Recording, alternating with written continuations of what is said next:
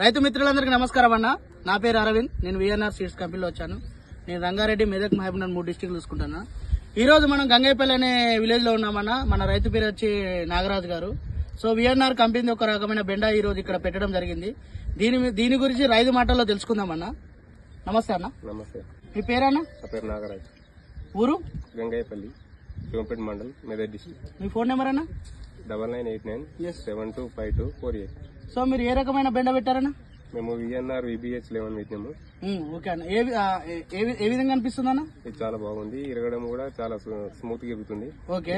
మళ్ళీ ఒకటి రోగాలను కూడా బాగా తట్టుకుంటుంది. ఓకే. ఇంకా శంకురోగం అసలు రానే రాదు ఇలా. శంకురోగం అంటే తెల్ల పల్లాకు తెగులు. పల్లాకు తెగులు. ఇంకా దిగుబడి కూడా మంచి వెయిట్ ఉంటుంది. కాయ బరువు బాగుంటుంది. మీరు అంటుంది కాయ బరువు ఎక్కువ ఉంటుంది అంటున్నారా?